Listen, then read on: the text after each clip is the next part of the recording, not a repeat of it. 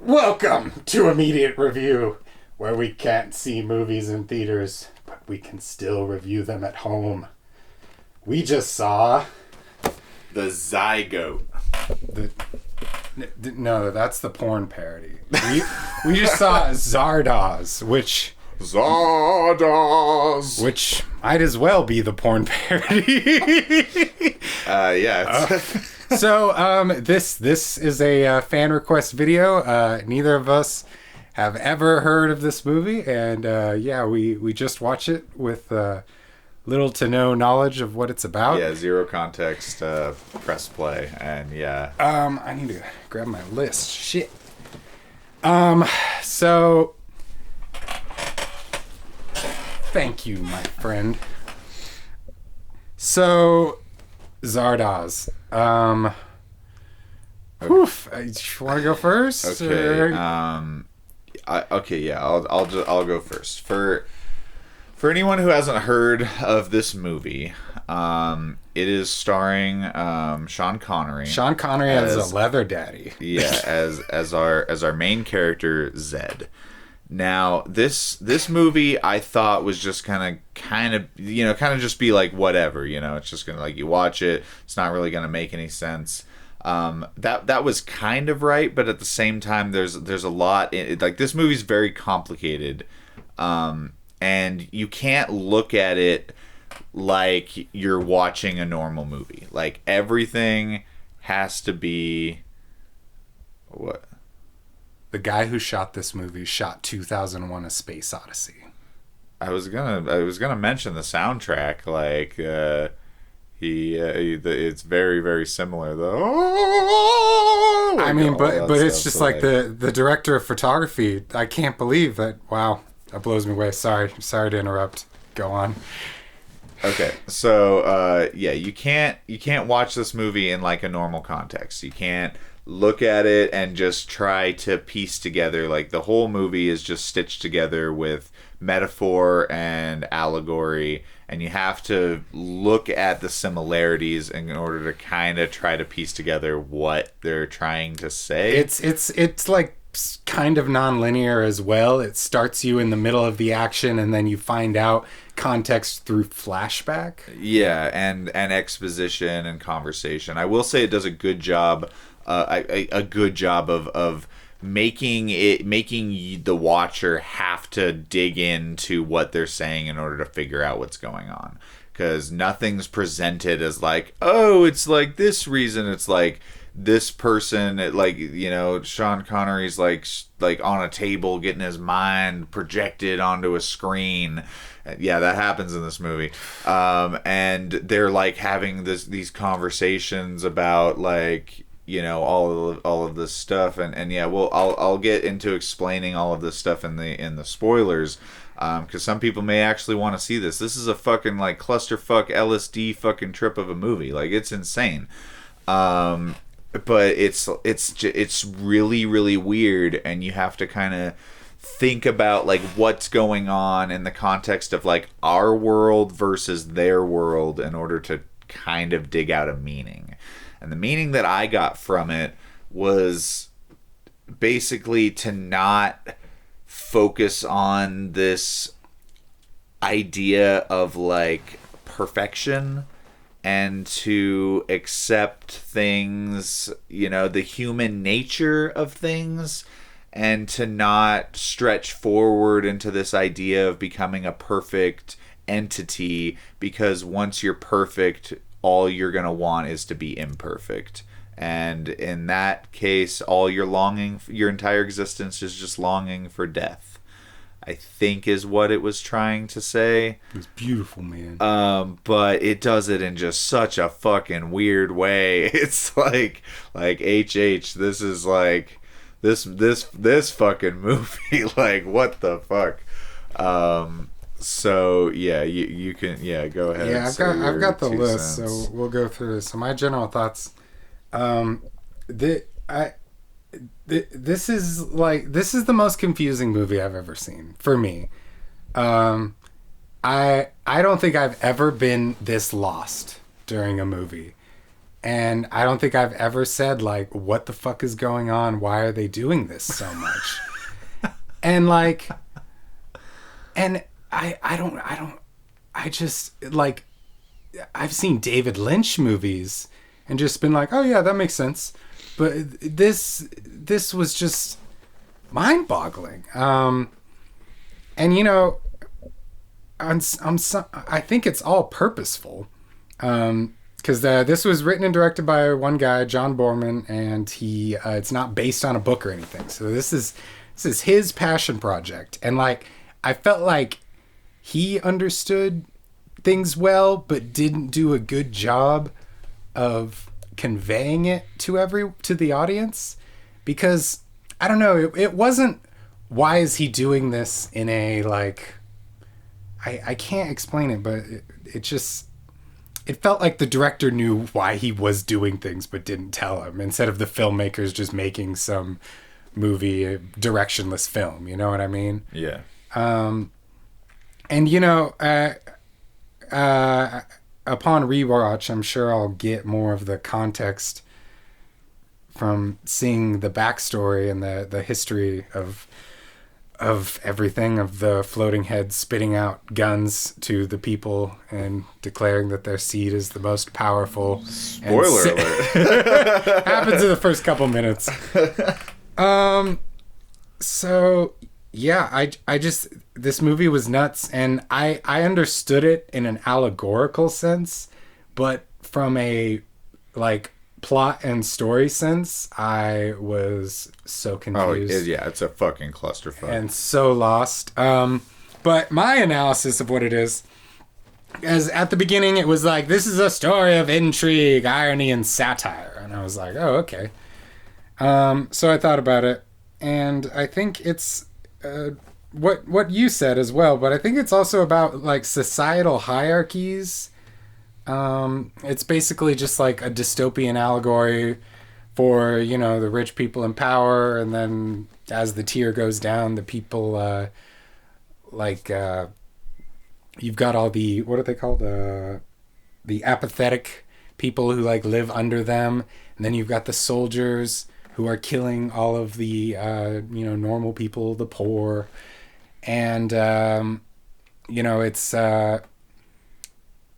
I don't know. It seems like this loose societal allegory about class, and yeah. Yeah, there's definitely some aspects about that, but once you start getting into the whole, once the Tabernacle is introduced, it completely, like, it like stirs that soup into, you know, something that's just, like, completely. Well, no, I think the director was just creative enough to not have it be like a perfect allegory, but there's definitely, like, class systems and systems of oppression. There's going on. I won't say that that's not a part of it, but, like.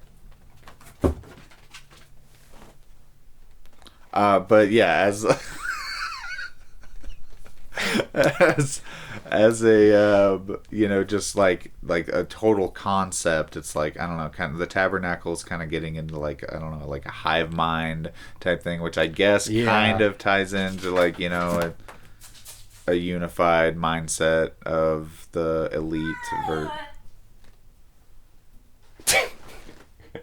My cat is freaking out. What the fuck?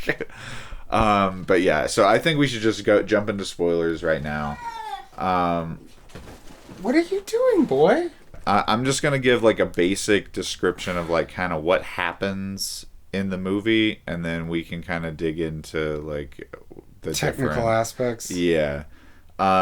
So the movie, it starts us off just introducing us to Sean Connery and his, like, group of Zardoz chosen raiders, and they're going around, they're killing people, and they're forcing these people to make flour. The year is 2293, by the way. Yeah, so it's like this this, like, giant floating head is Zardoz, and it comes down and it takes the flour from the chosen warriors, and it gives them ammunition and guns to continue going around and killing people. And apparently there are choice people within that raiding group that are allowed to mate with other people as they raid, and they're the chosen ones. And yeah, so that's a plot point. Remember that. Mate as they raid. Yes. You mean rape. Yes. It's allowed by God. Therefore, it's okay. But yeah, so our Zed character, Sean Connery, he has this plan that we don't know about, and we'll just go into it. We definitely don't know about. Where he basically is like, I'm gonna break into the giant floating head and I'm gonna kill Zardoz, and this starts the chain of events that leads into the movie. Like Zardoz dies, the skull falls, and he gets to interact with this interlocked, secluded, advanced human civilization that are segregated into communities called vortexes that are very advanced, immortal, and have a collective hive mind of information that they are able to intermingle and communicate with each other.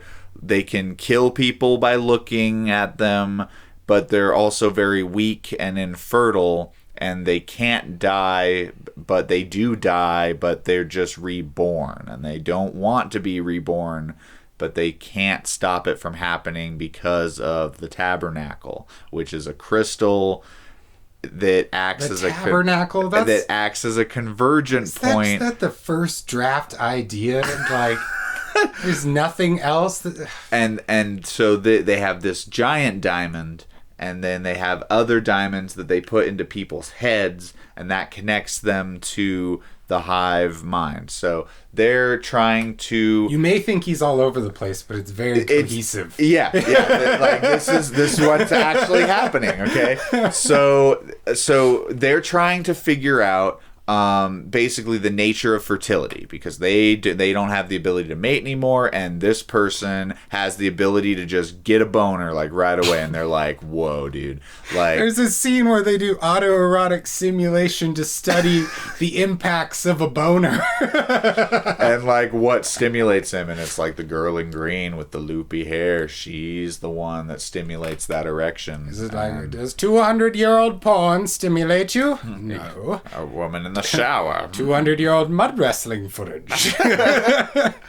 and so yeah, they're trying to figure that out, and Zed is able to kind of get away through these different events. Like, they kind of he's just kind of able to get away whenever he wants to. Yeah, really. it's like they have like this society that's trying to introduce him to like what's going on. You know, they're trying to learn more about him and show him because he has knowledge they can extract from his brain, because he's been in the outside world. Yeah, and they've been completely disconnected. They don't have any connection to the Outlands, but they know that this guy can get a boner, and so they're like, that's an advancement right there. Like, that's something we can figure out.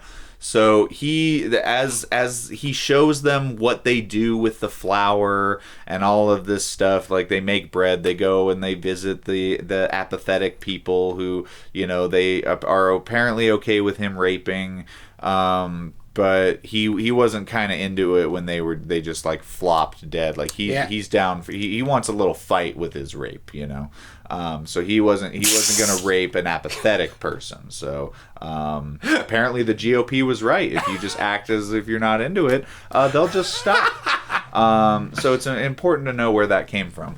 But yeah, so basically he escapes and he starts rallying his people to come and like take out the Eternals. Like, he's like, there's a barrier here. We're gonna figure out how to break the barrier. They're gonna come in and they're gonna kill everybody, and it's gonna be awesome. We'll raid and rape, and everything's all good. And as this is kind of starting to happen, like once the plan is put forward, then they decide to introduce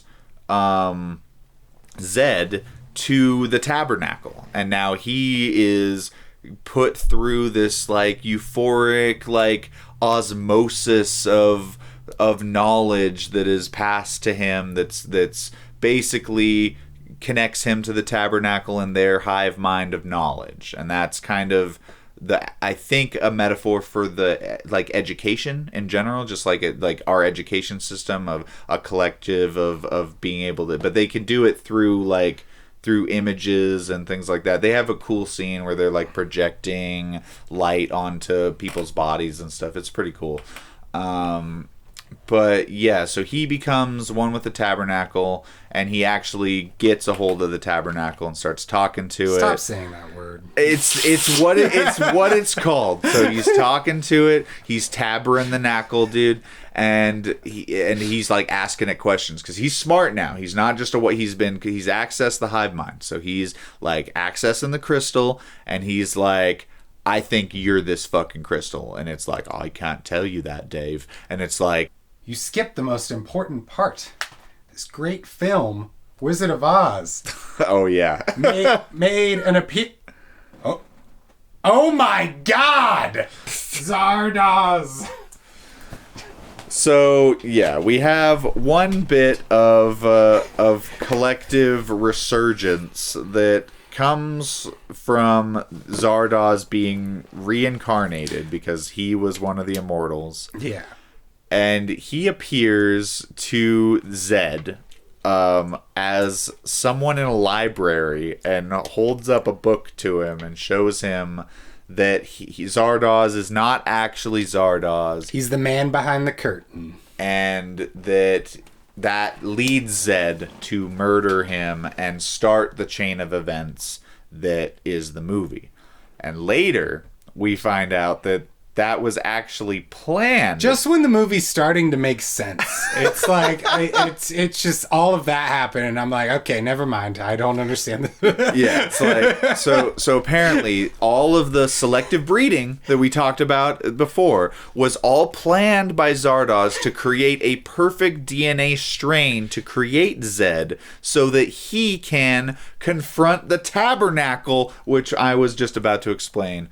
And so when he confronts the Tabernacle confines him inside the Tabernacle, and he has to shoot stuff, and he ends up shooting himself, which ends up being the Tabernacle. And then he's outside of the Tabernacle. They wake him up, and now he has the powers of a god, and he can reverse time with his hand. He's fucking Neo.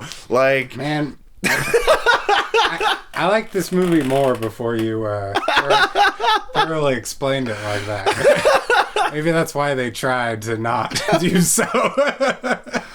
Okay, so we ain't done yet. Okay, so he they decide he's destroyed the Tabernacle, right? He has the power of it, but he's destroyed it. So he's basically like the god of these people now. He is the collective hive mind of the entire network of Eternals. He right? fucks them all and puts his knowledge of seed in there. Okay, that's seed of knowledge. That's actually true. Okay, he has to have sex with all of them. That and his sweat and his masculine nature.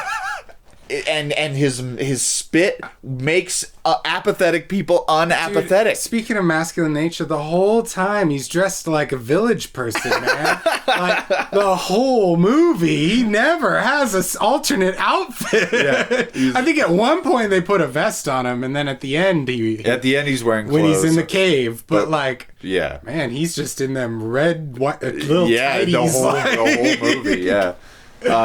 So after he inseminates all of the Eternals, and all of them are mortal now, since the Tabernacle's been destroyed, they all want to die now because they've been immortal, and they're all obsessed with death, so they want to die. And guess what happens?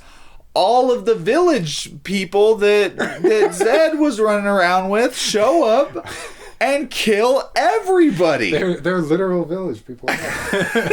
Yeah, the soldiers come up and eradicate the rich and poor alike. And he sent one group off. So like one group witnesses them all being murdered, but is leaving. So they go off to live their own mortal life. and whatnot. But yeah, most of the Eternals decide after they've been alive for 200-300 years or something like that, basically, that they're ready to die, and that they're like, literally like begging the village people to murder them, like, please, I want to die too. And then, like, they have, like, this whole slaughter scene happens. And then, Green Woman and Zed escape, and they have a child, and they get old. And the most ridiculous time-lapse scene I've ever seen in my life. Like, and then they die. And yeah, there's more to the movie, but in like a basic summary, like, that's what happens. And so it's very very basic. And so yeah, it's like the whole thing's a fucking clusterfuck and doesn't make any sense, but it has these like little merits of like reality that is just, I don't know, like you can relate it to our situation, but you have to heavily lean into the metaphors to make it make sense. There was a surge of like dystopian movies, primarily sci-fi, in the 70s that had societal allegories, and I definitely think this is definitely the best part of. No way, Logan's Run, but yeah. Yeah, it's just it's definitely on another level. Like HH, I can't wait to hear your comments on this one. So I've heard that this director apparently wanted to make Lord of the Rings, but never could, and so he decided to write his own fantasy. The Eternals are totally based on the elves. They're like immortal, perfect beings that have control over, the overall situation, and one of them, he goes rogue. Yeah, I'd say Zardoz is basically Sauron, starts an army, tries to eradicate them. They want to leave, life in their land and go back to, their home. They want to die. So yeah, very, very clearly the elves. Yeah, there's definitely some kind of Galadriel like overtones and whatnot, where like women are talking, and there's a lot of like the open eye, like wide open, like where they're attacking people with their vision. They never really explained how they get the ability. I mean, that would be the Lord of the Rings. Galadriel hadn't been in any type of cinematic form then, so it's entirely possible like Peter Jackson totally got that from Zardoz. I mean, it works way better in Peter Jackson's, but there are like, it's because they do that kind of like narrative exposition like over things that are happening in B-roll and stuff. I mean, that's the thing about the fantasy genre, is there are not many fantasy movies. Like the 70s and 80s, they tried, and like Conan the Barbarian is probably, the biggest one, but they just never got huge budgets, and a lot of them are just seen as like super cheesy, and and so I guarantee Peter Jackson has seen this and is inspired by it in some way, because there's just not many fantasy films out there. Plus, Peter Jackson wanted Sean Connery to play Gandalf originally. I'm so glad that didn't happen. So I think that this kind of leads into like one of the most important like topics of this movie, which is the cinematography. I think the cinematography is excellent. I mean, it was shot by the guy who did 2001. So yeah, or the guy who was told how to do 2001. It's true, but yeah, like we noticed right off the bat, the font was the same as it was the font. Yeah. The soundtracks too. There was a lot of like. There was some Clockwork Orange-esque editing scenes with kind of surreal images mixed with nice classical music. Really, really cool shots with mirrors. There were a bunch of really trippy shots. Yeah, amazing mirror shots. Lots of like prisms and stuff. They would do there. They'd put like a piece of glass, like distorted glass, in front of the lens, and then zoom through it or focus through it and whatnot. Yeah, just lots of really cool techniques, especially during the like stuff with projectors and stuff. They did lots of stuff like that where they're projecting onto a back screen, projecting onto people's skin themselves. Just yeah, like really, really cool stuff. They had some reverse shots that were cool.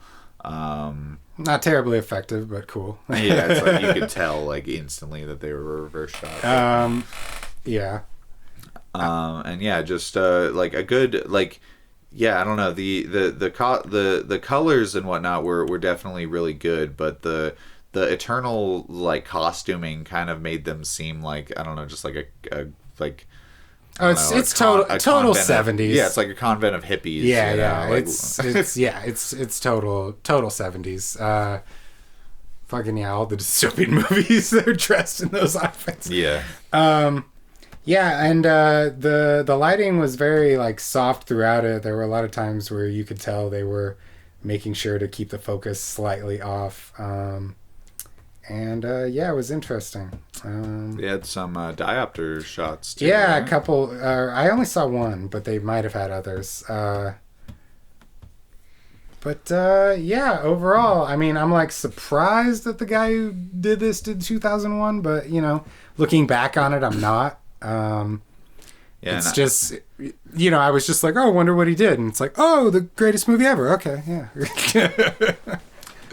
and yeah, for me, it's like I don't like the movie. Like I don't like the movie, but I didn't hate watching it. Yeah. And like it was actually like just an educational piece of film history. Yeah, and like and like kind of a mental exercise to kind of keep up with what's going on and like jump through the hoops that it's taking you through and piece things together and try to figure everything out until Zardoz just explains everything to you at the end and fucks up everything you know about what's going on. And yeah, but yeah, all in all, I it was an enjoyable watch. Like it was like even with it being so fucking weird and like, you know, yeah, it's like we watched the whole thing. I wasn't sitting here just like, oh man, when is this over? It was more like, what the fuck am I watching? Like, holy shit.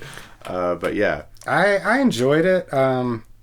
But it's just more, I don't know. It is a weird type of enjoyment. You're right, because it's like, it is so bad it's good, but at the same time there are interesting, genuinely impressive things about it, but it's also just so fucking absurd. It's hard to take seriously. Yeah, I agree with that completely. And yeah, it's just, this is yeah, just check out Zardoz. I don't know. Yeah, if you want to watch, like, we're all in quarantine right now. Like, if you got some time, like, it's an hour and 40 minutes. You can rent it on Amazon Prime. That's what we did. The transfer's not honestly terrible. Yeah, it's not as bad as I thought. It's a low quality DVD transfer. Yeah, though, it's standard definition. Through streaming, it's you know, even less so. It is what it is. Yeah. But yeah, you check it out. Like, you know, it's only a couple bucks. Give it a watch. It's you know, honestly, I feel like this is something that could have like a Rocky Horror-esque like callbacks. Oh, I would love to see this in theaters. That's what I thought several times. I was like, this is really one that it's just, you got to experience with a crowd of people. Yeah, like I can just imagine like the beginning when the head is coming down and like the whole crowd just going Zardoz, Zardoz, because like nothing's happening in the movie. It's like there could be hilarious callbacks and yeah, the fucking floating heads. We didn't even mention these, but like all of the fucking that's why turtles are wearing like little hats, like these like stupid little hats. So I'd like to. Anything else you want to say? I pretty much said my 2 cents. All right, I'd like to end with a quote from the film. I've seen men rape old crippled woman in a ditch.